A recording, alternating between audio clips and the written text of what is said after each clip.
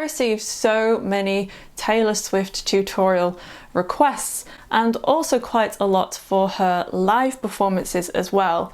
And I've done, of course, many Taylor Swift tutorials, and I've noticed this one thing that she tends to do when performing live on songs such as Love of My Life, You're on Your Own Kid, and a few others that I have noticed as well. And it makes for quite an interesting chord progression, but it's very simple to play. So she obviously is a very prolific lady and has written many songs, and particularly with all her new remake albums and brand new albums coming out, she's got a big catalogue of songs that she needs to know how to play. When she's accompanying herself singing is very simple. It's also effective, and it means she can go and perform her new songs live in that way quickly. So she plays something like this.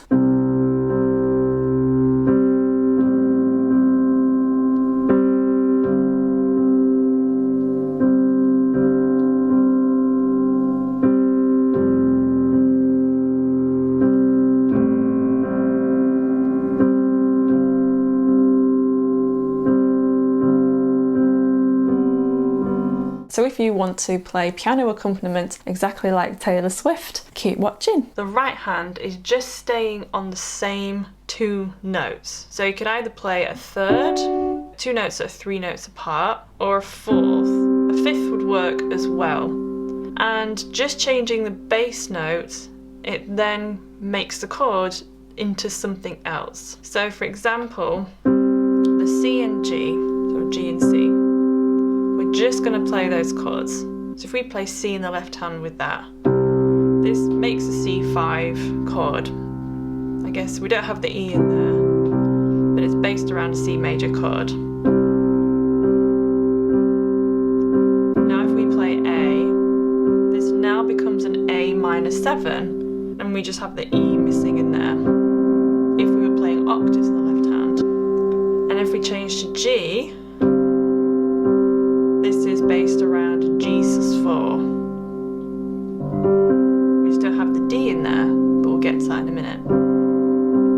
If we change it to an F, we have an F sus2. So just by changing which root note you're playing, we suddenly get this quite interesting mix of chords. So C major, minor 7th chords, and sus2 and sus4 chords. So I think it's even more interesting if we play around with fifths in the left hand. We play C and G, still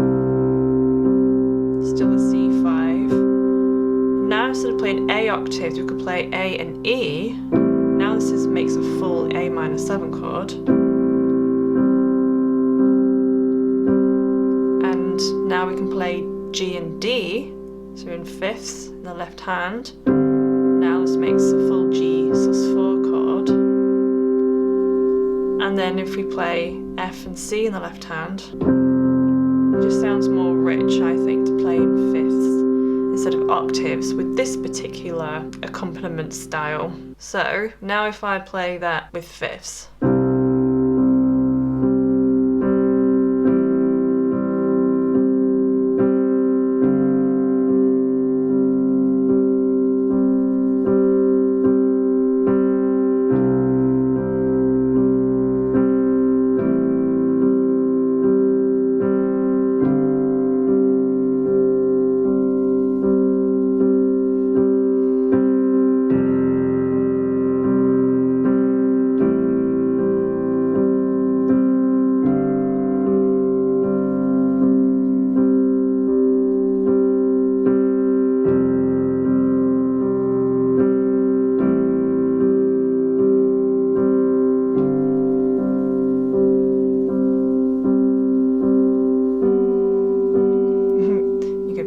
G major there. Let's try it on playing a third. This is the major third. So we've got D and F sharp. I'm going to play octaves in the left hand to start with. So D's. And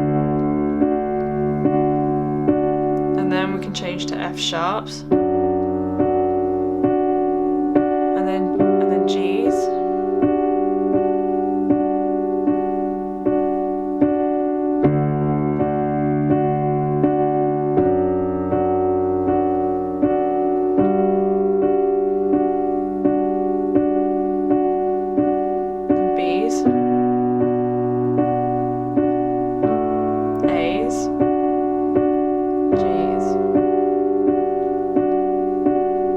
So the chords we have here then starts with D major. So this chord you could call just D major over F sharp, so split chord. And then G major 7. And then we also added the B in there. So now this becomes B minor. Then we have D over A, G major 7 again.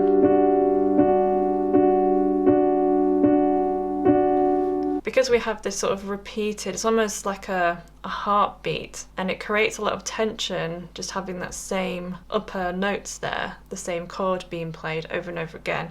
So I think it sounds quite effective. So how can you apply this to your piano accompaniment? Pick 2 notes that are either a third, a fourth, and a fifth would work well as well. And then simply, without really needing any knowledge of theory, just play around with what sounds good in the left hand, either playing single notes, octaves, or my favourite with this is in fifths. You know what sounds good to you, and you'll come up with some really nice, quite colourful sounding chords. Let's pick A and D. You can start by just playing them on the beat to keep the rhythm nice and simple. And then just play around with left-hand notes. Whether you understand what theory you're playing or not, you'll know what sounds good to you. So I prefer fifths, so I'm going to play in fifths.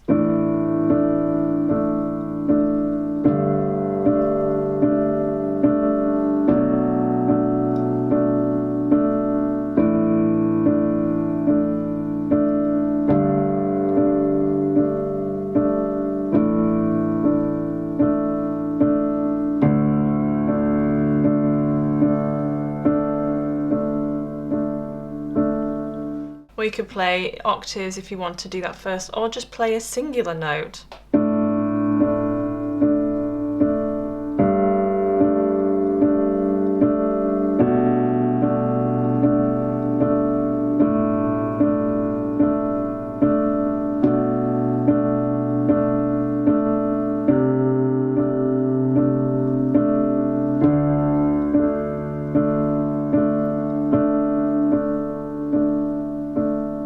So do you think this is lazy? Do you think it is genius? Let me know your opinions in the comments. So I hope you found that useful and that you will enjoy playing in this style, and I will see you in the next lesson.